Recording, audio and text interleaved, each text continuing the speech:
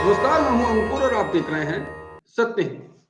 सत्य हिंदी के बुलेटिन में एक नजर अब तक की सुर्खियों पर। रॉयटर्स की रिपोर्ट के अनुसार 2 महीनों में भारत के 1.4 बिलियन से अधिक लोगों के साथ दुनिया का सबसे अधिक आबादी वाला देश बनने का अनुमान है। हालांकि कम से कम 1 साल तक और संभवतः उससे भी ज़्यादा समय तक भारत को यह पता नहीं चलेगा कि उसकी आबादी कितनी है, क्योंकि अभी उसकी जनगणना नहीं कराई गई है। क्योंकि भारत में एक दशक में एक बार जनगणना होती है, उस हिसाब से 2021 में होने वाली जनगणना महामारी के कारण नहीं हो पाई और अभी जल्दी में जनगणना होने की कोई संभावना भी नहीं है। विशेषज्ञों का कहना है कि रोजगार, आवास, साक्षरता स्तर, प्रवास पैटर्न और शिशु मृत्यु दर जैसे आंकड़ों को अपडेट करने में देरी अर्थव्यवस्था में सामाजिक और आर्थिक योजनाओं और नीति निर्माण को प्रभावित करती है। ये आंकड़े जनगणना के द्वारा ही जुटाए जाते हैं और ताज़ा जनगणना न होने के कारण योजनाएं 2011 के आंकड़ों के अनुसार ही बनाई जा रही हैं, जो 2023 में काफ़ी पुराने आंकड़े हो चुके हैं। कांग्रेस प्रवक्ता पवन खेड़ा का कहना है कि इस सरकार ने अक्सर डेटा के साथ अपनी खुली प्रतिद्वंद्विता दिखाई है। रोजगार, कोविड से होने वाली मौतों जैसे महत्वपूर्ण मामलों पर भी हमने देखा है कि कैसे मोदी सरकार ने महत्वपूर्ण डेटा को छिपाने को प्राथमिकता दी है। भारत चीन सीमा पर सालों से चल रहे तनाव के बीच अब भारत ने 9,000 जवानों को इंडो तिब्बत सीमा पुलिस में शामिल करने की इजाज़त दे दी है। इससे भारत की चीन सीमा पर सुरक्षा और मजबूत हो सकेगी। चीनी सीमा पर सुरक्षा के लिए सबसे आगे आईटीबीपी के जवान ही तैनात रहते हैं। यह कदम साल भर तैनात रहने वाले आईटीबीपी को भी आराम और बेहतर प्रशिक्षण देने में मदद करेगा। यह आईटीबीपी का एक लंबे समय से लंबित प्रस्ताव है, जो 2013-14 से है। शुरुआत में इसमें 12 नई बटालियन बनाने की परिकल्पना की गई थी, लेकिन अब इसे घटाकर 7 बटालियन कर दिया गया है। त्रिपुरा विधानसभा चुनाव के लिए कल गुरुवार को वोट डाले जाएंगे। त्रिपुरा चुनाव जीतने के लिए बीजेपी ने प्रधानमंत्री से लेकर छुटभइये नेताओं को प्रचार में जिस तरह उतारा, उससे इस राज्य के चुनाव की गंभीरता का अंदाजा लगाया जा सकता है। त्रिपुरा में पीएम मोदी के नाम पर वोट मांगे गए। वोटों की गिनती 3 मार्च को होगी। राज्य में 3,328 मतदान केंद्रों पर मतदान होगा, जहां बीजेपी ने 2018 के चुनाव में 25 साल के वामपंथी शासन को खत्म कर दिया था। कुल 259 उम्मीदवार चुनावी दौड़ में हैं, जिनमें सिर्फ 20 महिलाएं हैं। सत्तारूढ़ बीजेपी और सीपीएम कांग्रेस गठबंधन के अलावा पूर्व शाही वंशज प्रद्योत माणिक्य देववर्मा के नेतृत्व में नवगठित टिपरा मोथा के बीच मुकाबला है। टिपरा मोथा ने राज्य के लोगों के लिए एक अलग राज्य ग्रेटर टिपरालैंड के लिए लड़ने का वादा किया है। पश्चिम बंगाल के मुख्यमंत्री ममता बनर्जी की टीएमसी भी मैदान में है। कहा जा रहा है कि इस बार कांग्रेस और वाम दल के गठबंधन के बाद से 60 सीटों वाले प्रदेश में बीजेपी के लिए चुनाव मुश्किल हो गया है। हालांकि असली हाल तो नतीजे के बाद पता चलेगा। रामचरितमानस पर चल रहे विवाद के बीच आज सपा नेता स्वामी प्रसाद मौर्य और अयोध्या के हनुमानगढ़ी के महंत राजू दास के बीच एक टीवी चैनल पर डिबेट के वक्त हाथापाई हो गई। प्रदेश की राजधानी के गोमती नगर स्थित एक निजी चैनल के कार्यक्रम के दौरान यह हाथापाई हुई, जिसके बाद दोनों ही तरफ से आए समर्थक भी आपस में भिड़ गए। मौर्य ने आरोप लगाया कि राजू दास और परमहंस ने उनके ऊपर तलवार से हमला किया। रिपोर्ट्स के मुताबिक एक निजी चैनल के कार्यक्रम में पहुंचे स्वामी प्रसाद मौर्य जैसे ही अपनी बात खत्म कर स्टेज से नीचे आए तो सामने बैठे हनुमानगढ़ी के महंत राजू दास से उनकी बहस हो गई। बहस के बीच दोनों लोगों और उनके समर्थकों के बीच हाथापाई हो गई। वहां मौजूद अन्य लोगों ने किसी तरह दोनों को अलग अलग किया। आयोजन स्थल से निकलने के बाद सपा महासचिव स्वामी प्रसाद मौर्य ने कहा कि राजू दास और परमहंस ने उनकी हत्या करने की नीयत से उनके ऊपर तलवार और बल्लम से हमला करने की कोशिश की। बता दें, स्वामी प्रसाद मौर्य रामचरितमानस के एक हिस्से को बैन करने की मांग कर चुके हैं। उनका कहना है कि इसके एक हिस्से में पिछड़ी जातियों को अपमानित करने वाली बातें कही गई हैं और कोई भी धर्म किसी को जाति के आधार पर अपमानित नहीं कर सकता है। इसके बाद से ही विवाद बढ़ता जा रहा है। बीबीसी दफ्तरों में आईटी रेड को लेकर कांग्रेस ने प्रेस कॉन्फ्रेंस कर मोदी सरकार को निशाने पर लिया। कांग्रेस नेता पवन खेड़ा ने प्रेस कॉन्फ्रेंस में कहा कि पीएम के अतीत को कोई अगर सामने लेकर आ जाए तो वो उसका भविष्य बर्बाद कर देंगे। 2014 से पहले खुद ही कहते थे कि वो तो भरोसा ही बीबीसी पर करते हैं। आज क्या हुआ? पवन खेड़ा ने कहा कि खुद इतिहास खंगाल खंगाल करके सरनेम पर चले जाएंगे। इनकी पार्टी हजारों साल पुराना इतिहास याद दिलाएगी, लेकिन अगर 20 साल पुराना इतिहास बीबीसी ने निकाल दिया तो आपको क्या परेशानी हो गई?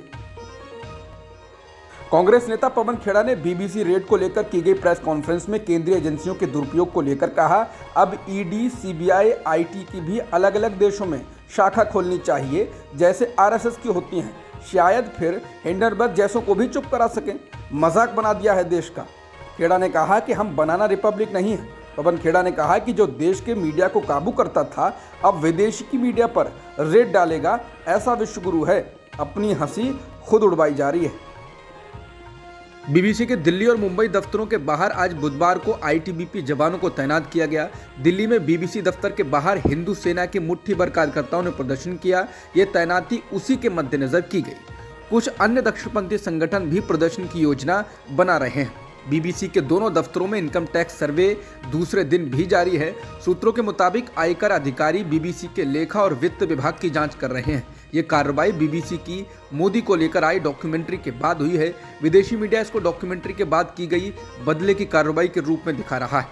वहीं विपक्ष ने इसको अघोषित आपातकाल बताया है तो बीजेपी ने बीबीसी को सबसे भ्रष्ट संस्थान बताकर हमला किया है। बीबीसी के दफ्तरों में इनकम टैक्स की रेड को लेकर पश्चिम बंगाल के मुख्यमंत्री ममता बनर्जी ने बीजेपी सरकार को निशाने पर लिया है। ममता बनर्जी ने इसको भाजपा सरकार का राजनीतिक प्रतिशोध करार देते हुए कहा कि बीबीसी के खिलाफ कार्रवाई ने प्रेस की स्वतंत्रता को प्रभावित किया है। समाचार एजेंसी पीटीआई के हवाले से सीएम बनर्जी ने कहा, बीबीसी पर आईटी सर्वे बहुत दुर्भाग्यपूर्ण है। एक दिन भारत में कोई मीडिया नहीं होगा। भारत में बीबीसी दफ्तरों पर आईटी रेड को लेकर अमेरिका के विदेश विभाग के प्रवक्ता नेड प्राइस का कहना है कि अमेरिका सर्वे से वाकिफ है लेकिन वो निर्णय देने की स्थिति में नहीं है। इसके साथ ही अमेरिकी विदेश विभाग के प्रवक्ता ने कहा कि एक स्वतंत्र प्रेस महत्वपूर्ण है क्योंकि ये लोकतंत्र को मजबूत करने में योगदान देता है। हम दुनिया भर में स्वतंत्र प्रेस के महत्व का समर्थन करते हैं। हम मानवाधिकारों के रूप में अभिव्यक्ति की स्वतंत्रता और धर्म या विश्वास की स्वतंत्रता के महत्व को उजागर करना जारी रखते हैं, जो दुनिया भर में लोकतंत्र को मजबूत करने में योगदान देता है। इसने इस देश में लोकतंत्र को मजबूत किया है, इसने भारत के लोकतंत्र को मजबूत किया है। अडानी मामले को लेकर कांग्रेस लगातार जांच की मांग कर रही है। अब कांग्रेस महासचिव प्रभारी संचार जयराम रमेश ने आरबीआई के गवर्नर शक्तिकांत दास और सेबी की अध्यक्ष माधवीपुरी बुच को पत्र लिखकर अडानी ग्रुप के खिलाफ हिंडनबर्ग रिसर्च रिपोर्ट द्वारा लगाए गए आरोपों की जांच की मांग की है। जयराम रमेश ने सवाल किया कि एलआईसी और एसबीआई ने अडानी समूह की इक्विटी को भारी मात्रा में क्यों खरीदा। उन्होंने लिखा कि एलआईसी पर 30 करोड़ भारतीय अपने जीवन की बचत के लिए भरोसा करते हैं। उसने हाल के दिनों में अडानी ग्रुप के शेयरों में हजारों करोड़ रुपए खो दिए हैं। क्या हमें ये सुनिश्चित नहीं करना चाहिए कि ऐसे सार्वजनिक क्षेत्र के वित्तीय संस्थान अपने निजी क्षेत्र के समकक्षों की तुलना में अपने निवेश में अधिक रूढ़िवादी हैं और ऊपर से दबाव से मुक्त हैं। जयराम रमेश ने लिखा कि आरबीआई को ये सुनिश्चित करना चाहिए कि वित्तीय स्थिरता के जोखिमों की जांच की जाए और उन्हें नियंत्रित किया जाए। वहीं सेबी प्रमुख को लिखे अपने पत्र में जयराम रमेश ने ऐसी जांच की मांग की जो पूर्ण और बिना किसी पक्षपात के हो। हिंडनबर्ग की रिपोर्ट के आधार पर अडानी ग्रुप के खिलाफ जांच की मांग वाली याचिका पर सुप्रीम कोर्ट 17 फरवरी को सुनवाई के लिए राजी हो गया है। यह याचिका कांग्रेस नेता डॉक्टर जया ठाकुर ने दायर की है। याचिका में आरोप लगाया गया है कि अडानी ग्रुप ने गलत तरीके से अपनी कंपनियों के शेयरों की कीमतों को बढ़ा चढ़ाकर दिखाया। इसमें आरोप लगाया गया है कि गौतम अडानी और उनके सहयोगियों ने लोगों के लाखों करोड़ ठगे हैं। मामले को पहले सूचीबद्ध करने के लिए सीजेआई डीवाई चंद्रचूड़ ने 24 फरवरी की तारीख तय की, लेकिन वकील ने बताया कि इसी तरह के 2 अन्य मामले 17 फरवरी को सूचीबद्ध हैं। फिर सीजेआई ने याचिका को अन्य 2 याचिकाओं के साथ टैग करने पर सहमति जता दी। बता दें, याचिका में सुप्रीम कोर्ट के एक सिटिंग जज की देखरेख और निगरानी में CBI, ED, DRI, SEBI, RBI जैसी जांच एजेंसियों द्वारा जांच की मांग की गई है। मालूम हो कि सुप्रीम कोर्ट इस मामले को लेकर 2 अन्य जनहित याचिकाओं पर भी सुनवाई कर रहा है। हालांकि इन याचिकाओं में हिंडनबर्ग के खिलाफ एक्शन की मांग की गई है। सपा नेता आजम खान और उनके परिवार की मुश्किलें खत्म होने का नाम नहीं ले रही हैं। अब आजम खान के बेटे और स्वार विधानसभा सीट से विधायक अब्दुल्ला आजम की विधायकी चली गई है। विधानसभा ने अब्दुल्ला की सीट को रिक्त घोषित कर दिया है। बता दें, हाल ही में मुरादाबाद के छजलैट थाने में चल रहे एक मामले में अब्दुल्ला आजम को एमपी एमएलए कोर्ट ने 2 साल की सजा सुनाई। ये मामला 15 साल पुराना था, जिसमें ट्रैफिक ब्लॉक करने का केस था। इसी मामले में आजम खान और अब्दुल्ला आजम को 2 साल की सजा और जुर्माना लगाया गया, जिसके बाद ही कहा जा रहा था कि अब अब्दुल्ला की विधायकी पर खतरा बनाया है। बता दें, इससे पहले आजम खान की विधायकी भी ली जा चुकी है। उनकी सीट भी रिक्त घोषित कर दी गई थी और बाद में चुनाव करा गया था। चुनाव में सपा ने धांधली का आरोप लगाया था। हालांकि बीजेपी उम्मीदवार को जीत मिली। कुछ लोग इसको आजम खान परिवार को राजनीति से किनारे करने की मुहिम के तौर पर देख रहे हैं। मिजोरम ने समान नागरिक संहिता यानी यूसीसी का विरोध किया है। इसने मंगलवार को इसके विरोध में प्रस्ताव पास करते हुए दावा किया कि समान नागरिक संहिता को लागू करने से देश का विघटन हो जाएगा यानी टूट जाएगा। मिजोरम के गृह मंत्री लालचामलियाना ने देश में यूसीसी को करने के किसी भी कदम का विरोध करते हुए विधानसभा में एक प्रस्ताव पेश किया। राज्य में मिजो नेशनल फ्रंट सरकार के गृह मंत्री द्वारा पेश किए गए प्रस्ताव को सदन ने सर्वसम्मति से स्वीकार कर लिया। 30 जनवरी को मुख्यमंत्री जोरमथांगा की अध्यक्षता में मिजो नेशनल फ्रंट यानी MNF विधायक दल की बैठक में ये प्रस्ताव लाने का संकल्प लिया गया था। गृह मंत्री ने कहा कि यूसीसी अल्पसंख्यकों की धार्मिक और सामाजिक प्रथाओं, संस्कृतियों और परंपराओं को समाप्त कर देगा। लालचामलियाना ने प्रस्ताव पेश करते हुए कहा कि अगर यूसीसी को अधिनियमित किया जाता है तो देश को विघटित कर देगा, क्योंकि यह धार्मिक या सामाजिक प्रथाओं, प्रथागत कानूनों, धार्मिक अल्पसंख्यकों की संस्कृतियों और परंपराओं को समाप्त करने का प्रयास है। अग्रिम जमानत मंजूर करते हुए अतिक्रमण के खिलाफ पुलिस की कार्रवाई में आग से जान गंवाने के मामले में सरकार ने कार्यवाही करते हुए मां बेटी की मौत की मजिस्ट्रियल जांच के आदेश दे दिए हैं। जांच के आदेश देते हुए उत्तर प्रदेश के उप मुख्यमंत्री केशव प्रसाद मौर्य ने आश्वासन दिया कि आरोपियों को गिरफ्तार किया जाएगा और दोषियों को बख्शा नहीं जाएगा। इससे पहले के घटनाक्रम में आज सुबह मां बेटी का अंतिम संस्कार कर दिया गया। मृतक के बेटे शिवम दीक्षित ने मीडिया से बात करते हुए कहा कि उप मुख्यमंत्री ब्रजेश पाठक ने हमें आश्वासन दिया कि हमारी मांगें पूरी की जाएंगी। उन्होंने कहा कि हम दोनों भाइयों को 1-1 करोड़ रुपए, सरकारी नौकरी, आवासीय क्वार्टर और एक जमीन का पट्टा दिया जाएगा। इसके अलावा हमारे पिता को आजीवन पेंशन दी जाएगी। कानपुर मंडल के पुलिस आयुक्त राजशेखर ने कहा कि प्रशासन पीड़ित परिवार को हर संभव मदद मुहैया करा रहा है। मामले में जमानत दे रहे हैं किसी को। एसोसिएशन ऑफ डेमोक्रेटिक रिफॉर्म यानी ADR की रिपोर्ट के मुताबिक 2021-22 में बीजेपी को सबसे ज्यादा डोनेशन मिला। ADR की रिपोर्ट के मुताबिक 2021-22 में बीजेपी को 614 करोड़ रुपए और कांग्रेस को 95 करोड़ रुपए डोनेशन में मिले। बीजेपी ने बताया कि उसे यह रकम 4,957 डोनेशन से हासिल हुई। वहीं कांग्रेस ने बताया कि उसे यह रकम 1,255 डोनेशन से मिली है। समाचार एजेंसी PTI के मुताबिक ADR ने अपनी रिपोर्ट में बताया है कि Congress, NCP, CPI, CPIM, NPEP और AITC को मिली डोनेशन से 3 गुना ज्यादा डोनेशन बीजेपी को मिला है। वहीं बसपा ने बताया कि 2021-22 में उसे 20,000 रुपए से ज्यादा डोनेशन नहीं मिला। राष्ट्रीय पार्टियों को मिलने वाली डोनेशन 2021-22 में 31% बढ़कर 187 करोड़ तक पहुंच गई है। दिल्ली शराब घोटाले में CBI ने आम आदमी पार्टी सरकार के मंत्री सत्येंद्र जैन से पूछताछ की है। हालांकि वो आबकारी घोटाले मामले में आरोपी नहीं है। ये पूछताछ तिहाड़ जेल में हुई।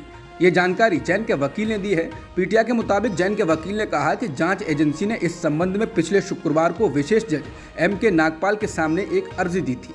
अदालत ने CBI को अनुमति दे दी थी। जैन के वकील मोहम्मद इरशाद ने कहा कि अदालत के आदेश के बाद CBI ने सोमवार को नेता से पूछताछ की। सत्येंद्र जैन ED द्वारा दर्ज मनी लॉन्ड्रिंग के मामले में फिलहाल तिहाड़ जेल में हैं। वकील ने कहा कि CBI ने आपके संचार प्रभारी विजय नायर से भी पूछताछ की, जो कि शराब नीति मनी लॉन्ड्रिंग मामले में तिहाड़ जेल में बंद है। अब दिल्ली में एक और श्रद्धा वालकर हत्याकांड जैसा मामला सामने आया। दिल्ली में 24 साल के एक व्यक्ति साहिल गहलोत ने अपनी गर्लफ्रेंड निक्की यादव की हत्या कर दी और उसके शव को अपने ढाबे के फ्रिज में रख दिया।